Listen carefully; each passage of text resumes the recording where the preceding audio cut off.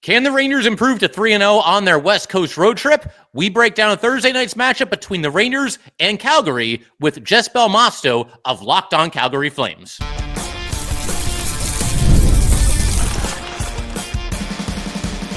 You're Locked On the New York Rangers, your daily podcast on the New York Rangers.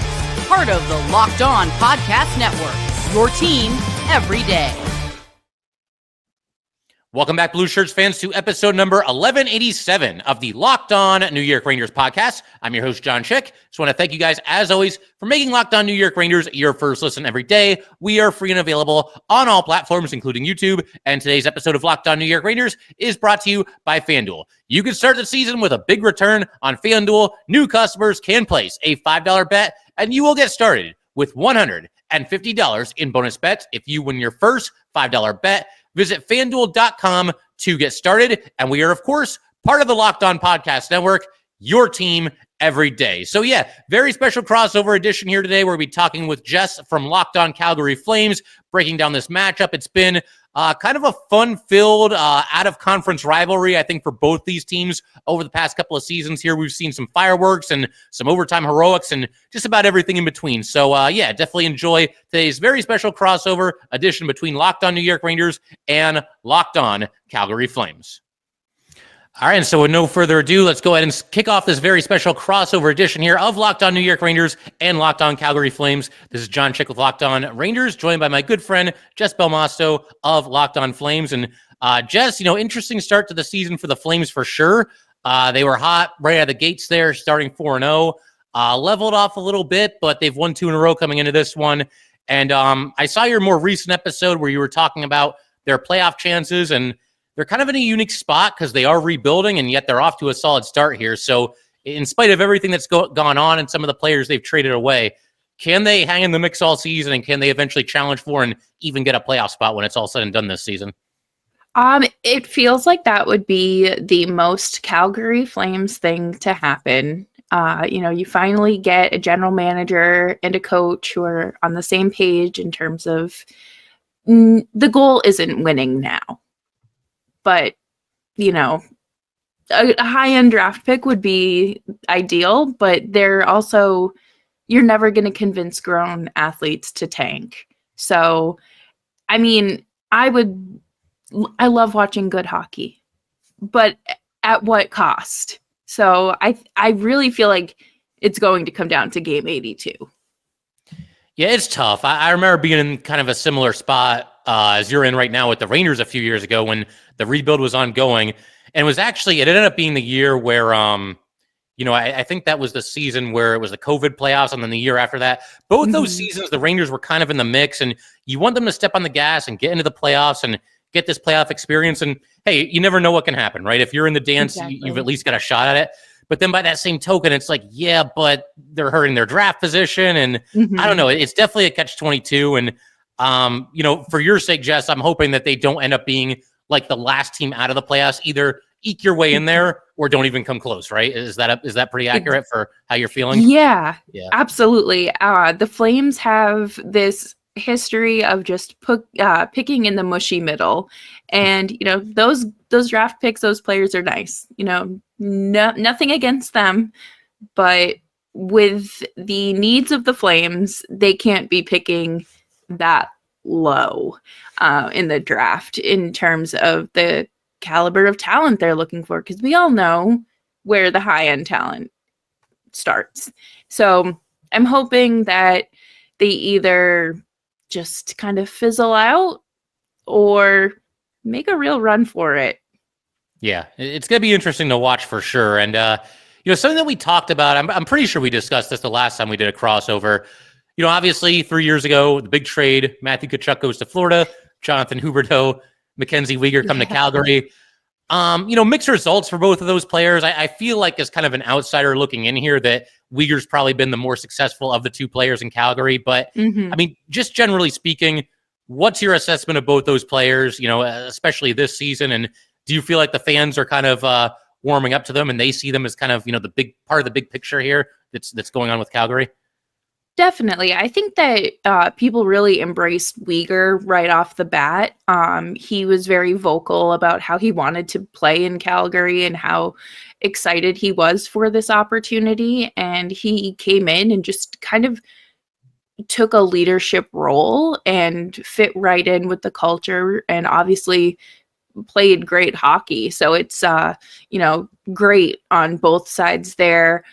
Huberdeau, well, I think people have just never going to be that 115 point player again. There's nothing we can do about that. But I think fans have started to kind of ease up on him because you're just going to tolerate it for the next 6 years. Yeah, I mean, if it's not an effort thing, there's really no reason to get on his case that much. I mean, I can see, maybe being a little disappointed and, the point output over the last few seasons. But, like you said, he's there. Mm-hmm. He's got a big cap hit. It feels like he's going to be there for a long time. And I think you kind of just have to hope for the best. Something else that's going on with the Flames is it feels like maybe their Achilles heel right now is just not enough offense, not scoring enough goals. Is there anything that's going on there that you can put your finger on as far as like a reason why? I mean, other than maybe just not having as much firepower as some other teams. Does switching the line combinations make any sense? Just your thoughts on that, the offense from Calgary so far. Yeah, I think a lot of it has been just kind of playing with the lines and seeing what works, where you're getting the most production. They've kind of been flip-flopping Martin Pospisil and Connor Zary at center, and Zary has been great at center. Pospisil is kind of a mixed bag right now. But I think really the issue is for them is like they're allergic to shooting the puck. And they don't have that finishing talent. I think if a player like Connor Zary and Matt Coronado can kind of improve on that net front presence or even just finishing in general, we would be having a different conversation. Yeah, for sure. It's funny doing these crossovers with certain hosts because, if I'm doing a show with another Locked On host and their team is rebuilding, like I did one with JD from Locked On Sharks the other day, and hearing all these things, like it just takes me back to where the Rangers were when they were young and they were like they would not shoot the puck. Like they were trying to pass the puck into the net. And I don't know if it's just like a hesitancy or nobody wants to be looked at as being selfish or what the deal is. But that can certainly be a byproduct of being a young team for sure. Yeah, absolutely. It feels like there's just, I don't want to say like a lack of confidence, but it feels like there's no natural instinct to shoot the puck. It's just, let's just play like hot potato and not shoot. Yeah. Definitely reminds me of the Rangers a bunch of years back. But something else I wanted to ask you about too, just the Flames rebuild in general, moving a lot of, quality established players between last season and then even to the offseason this year, Hanifin, Lindholm, and then Markstrom sent over to the Devils this past offseason. I mean, generally speaking, do you think the rebuild is going well? And do you think the Flames, again, generally speaking, are getting enough in return for these players that they're trading away? Like, is the return fair for these guys? I would say that based on the 5 trades they made last year, I would say 4 of them were fair. I think the Chris Tanev trade definitely could have been a little bit more, but you don't know what these magic bag of prospects are going to be and what these draft picks are going to be. So like it might not look good on paper right now, but the Elias Lindholm trade was absolutely a haul. And really the Flames got lucky there because he isn't doing too well in Boston, and Craig Conroy was going to pay him $9 million for the next 7 years. So they really lucked out. May have dodged a little bit of a bullet there. I remember he was like the top guy last year going into trade deadline season because, everybody knew pretty much that he was going to get traded and teams were lining up for him. And I think the Rangers even threw their name in the hat too. I don't think it was ever really that realistic, but yeah, I mean, it sounds like that one's going to pay off for Calgary in a big way. And speaking of the trade deadline, I just want to throw a hypothetical out there. Say we get to that point in the season, The Flames are still playing well. They're still winning games. They're still in third place in their division, somewhat comfortably in a playoff spot. Do they actually add to this team? Because I know they're rebuilding, and this doesn't feel like it's the right time for them to go all in and go nuts at the trade deadline. But could you see them maybe just adding a complimentary piece or two just to get in there and let's see what happens? Yeah, I could definitely see that. I don't think it would be anyone. There's no big names or anything that really jump out at me or come to mind, but I could definitely see them making a move. Maybe it's a 2-year remaining on this player's contract, and you want to see, maybe a change of scenery helps him, and it really helps the Flames too. But I don't see them giving up a lot of draft capital to do anything. It doesn't make sense at this point in time. Yeah, that makes sense to me. And, in just a second, we're going to have a little role reversal here. Jess is going to ask me some questions about the Rangers, and we will do that fun stuff, make some predictions, some players to watch. We'll do all that good stuff in just a minute. All right, we just want to take a minute to let everybody know that today's episode of Locked On New York Rangers and Locked On Calgary Flames is brought to you by FanDuel. Get ready to tackle the NFL action with FanDuel, America's #1 sportsbook, because right now, new customers can bet $5 and get $150 in bonus bets if you win. The FanDuel Sportsbook app gives you everything you need to place live bets on the NFL all in one place. So when you get a hunch in the middle of the game, you can check out the latest stats, view live play-by-play, and so much more on the same page where you place your bets. Just visit FanDuel.com to join today. You will get started with $150 in bonus bets if you win your first $5 bet. That is FanDuel.com. Never waste a hunch and make every moment more with FanDuel, an official sportsbook partner of the NFL. If you are like us, I'm sure that you love going to live events, and Game Time can get you the best deal on your game day tickets. And they have a new feature called Game Time Picks that makes getting tickets to your favorite team events in theater, comedy, so much more, even faster and easier. Game Time Picks filters out all the fluff to show you only incredible deals on great seats, so you don't have to waste time searching through thousands of tickets. Game Time Picks curation makes it easier to save more on sports, concerts, comedy, theater, and more. Right now, Game Time is having an exclusive zone deal for the NHL Winter Classic event at Wrigley Field. Go to the Game Time app to purchase tickets and get 10% off bleacher seating and 20 to 25% off on home plate area seating. Take the guesswork out of buying tickets with Game Time Picks. Download the Game Time app today, create an account, and use code LOCKEDONNHL for $20 off of your first purchase. Terms apply. Again, create an account and redeem code LOCKEDONNHL for $20 off. Download Game Time today. What time is it? Game time.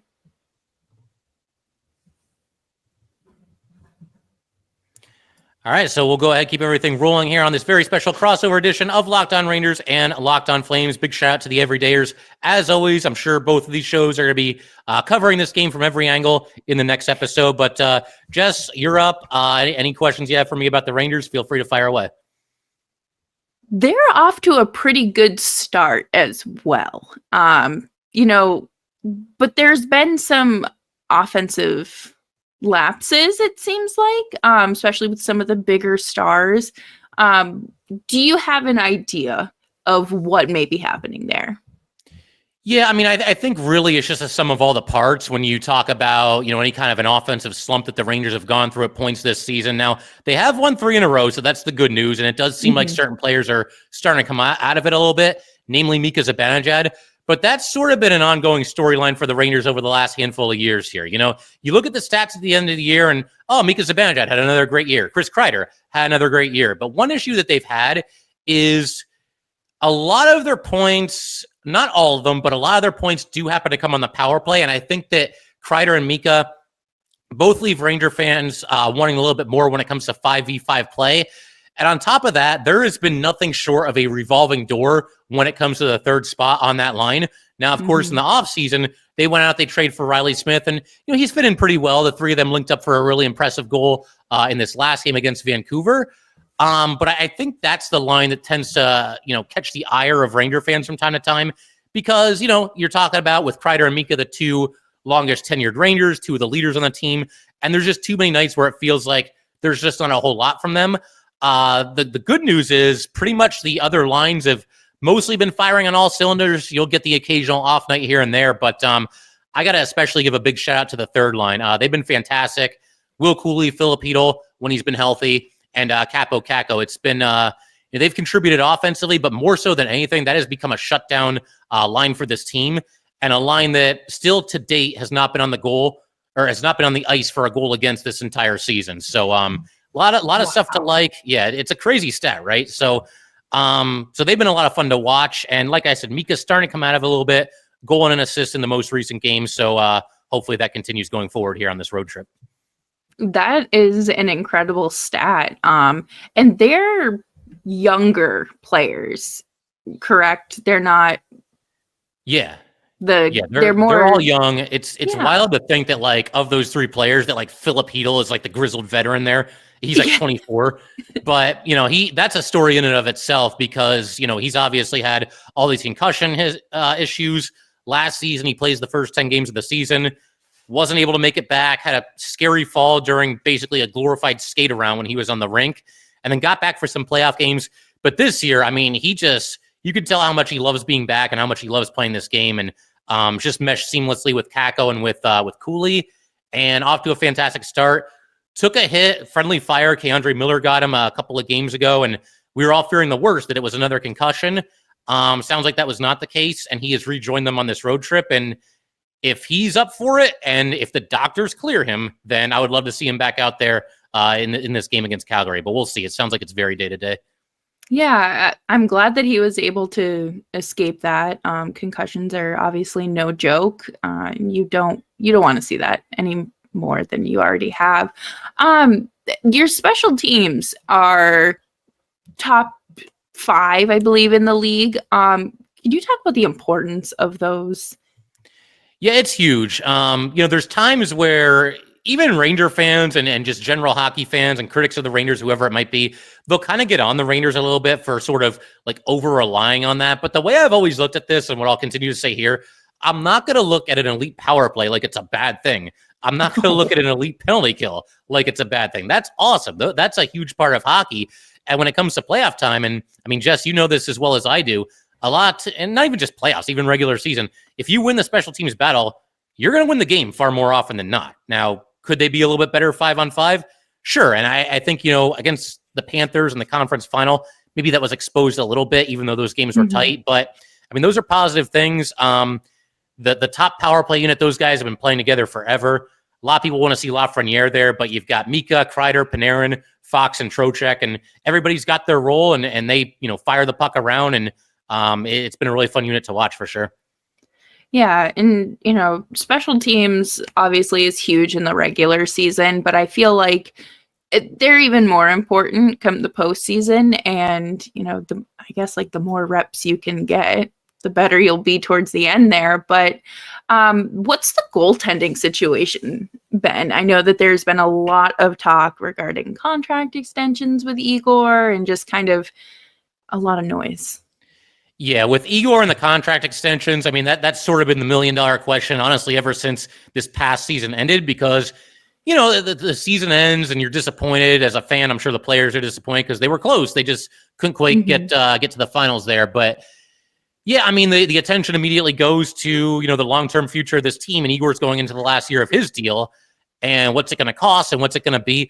The thing is, like, I'm okay if the Rangers make him the highest paid goalie in the NHL, because that's typically how it goes. These contracts get bigger and bigger, and Igor deserves to get paid. He's been on, a bargain contract for the last handful of seasons here. But, it was disappointing as a Ranger fan when you see that they offer him 8 years at $11 million a pop, and he says no. Like, buddy, like, we just offered to make you the highest paid goalie in the history of this sport. Like, that's not enough. And, I've mentioned this before too, but like, you compare him to some other goalies around the league and like guys that have signed extensions recently, Hellebuck, Ottinger, Olmark, Swayman, they're all around like $8.5 million, $8 million, somewhere in that ballpark. Yeah. and 11 million is not good enough for Igor. So I understand the frustration from fans. I also respect his right to play this any way that he wants to, but it's going to be an ongoing saga for sure. And as for Quick, I mean, he's been awesome. This dude has found the fountain of youth and back-to-back shutouts. I don't think a starting goalie has been announced for this game, but the Rangers have 2 more games left on this road trip. I'd imagine Igor will get one and Quick will probably get the other, but we'll see. It's been a lot of fun to have strong play from the goalies for sure. Yeah, that's a lot of fun. Flames fans are no stranger to contract negotiations taking forever. But yeah, I think that does it for me on this part. Absolutely. And I figure in just a minute we can, look at some matchups, look at some players to watch, some under the radar players, do a prediction before we get out of here for the night. And we'll do all that fun stuff in just a second. All right, we just want to let everybody know that today's episode of Locked On New York Rangers and Locked On Calgary Flames is brought to you by Prize Picks. Prize Picks is the best place to get real money sports action with over 10 million members and billions of dollars in awarded winnings. Prize Picks has made daily fantasy sports accessible to all. You just pick more or less on at least 2 players for a shot to win up to 100 times your cash. Run your game all season long on Prize Picks. You can now win up to 100 times your money on Prize Picks with as little as 4 correct picks. Prize Picks is the best way to get action on sports in over 30 states, including California, Florida, Georgia, and Texas. Prize Picks is the only real money daily fantasy platform with an injury insurance policy so that your lineups stay in play even if one of your players gets injured. If your player leaves in the first half and does not return, Prize Picks keeps your lineup live. So download the app today and use code LOCKDOWNNHL to get $50 instantly after you play your first $5 lineup. Once again, download the app today and use code LOCKDOWNNHL to get $50 instantly after you play your first $5 lineup. Prize Picks, run your game.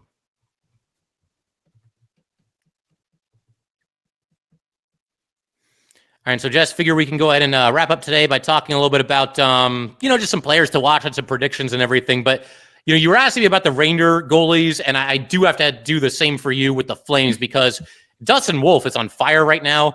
I looked him up because I wasn't sure, exactly how he found his way to Calgary, but this guy was drafted in the 7th round, the 4th to last pick in the draft. I want to say in 2019-ish, somewhere around there.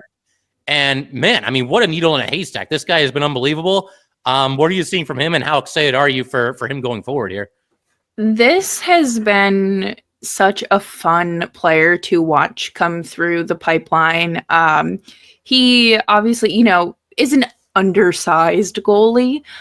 So that's something that I think hindered him in the draft. But ultimately, Calgary, they like what they saw. And I mean, they do have kind of a little bias in smaller players, which is fine. But I think that Dustin Wolf is just absolutely shattering expectations. He's keeping this team in a lot of games, especially with the Flames' lack of offense. He has just been phenomenal. And I was sad to see Jacob Markstrom get traded, but very happy to see that Wolf would be getting NHL time. For sure. I know that Markstrom was the guy there for a while, and it's never easy when your team goes into rebuild mode and you start trading all these, beloved players. And, the next thing you know, you've got a whole different team and a much younger team. But, I mean, you talk about softening the blow. And Vlader, too, has played very well. But Wolf, I mean, like I said, this guy looks like a needle in the haystack for sure. Is there anybody on the Flames that us Ranger fans should keep an eye on? Because obviously our teams don't see each other too often, but is there somebody that's kind of under the radar that's been playing well and doing a nice job for you guys recently? Yeah, I would say Matt Coronado, young kid from New York. He's been really good this season. Last year was his first season in pro hockey, and point per game player in the AHL, did see some time up with the Flames, but ultimately wasn't producing. And it's kind of how it started this year too. He ended up being sent back down not too far into the season and got called up and scored 2 goals, an overtime winning goal, and just he looks like he belongs there. He doesn't look like a lost puppy or he's out of place. He keeps up and he does a really good job, and definitely a player I would watch out for. Yeah, for me, I said pretty much the same thing verbatim about Will Cuylle last season. He's now in year 2 with the Rangers, and he's going to be my under-the-radar player to watch. On a little bit of a heater right now, goal and an assist in the last game. I think he's got like 5 goals in the last 10 games or somewhere in that ballpark. But I thought he got really kind of overlooked as a rookie. I mean, he wasn't like a rookie of the year candidate or anything like that. Sure. But, he had about 20 points, about 13 goals. He's out there hitting everything that moves every single night. And I went back and looked up Rookie of the Year voting last year. He didn't get like even a single 5th place vote. Like, not that he cares about this. This is stuff for us and things that we look at. Yeah. But I mean, I look at that and I'm like, man, like I think people are kind of sleeping on this guy. And, he's off to a really nice start this season. Very physical player. He's got good size and probably an underrated shot as well. And kind of the same deal where, you watch him as a rookie last year and you think eventually, like no matter who the player is and what team he's on, he'll have like a rookie hiccup or, a moment or a stretch where, I don't know, maybe he's not ready yet. Mm-hmm. It never happened with Will Cuylle. And this year, he's just building on everything that he did last year. So it's been a blast to watch him and somebody that I'm going to be keeping an eye on for sure. Yeah, that's awesome. And, I think that that's something that Flames fans should keep in mind, mainly because, you've gone through the rebuild. We are dipping our toes in it. So there is definitely some positive on the other side of this weird transition period.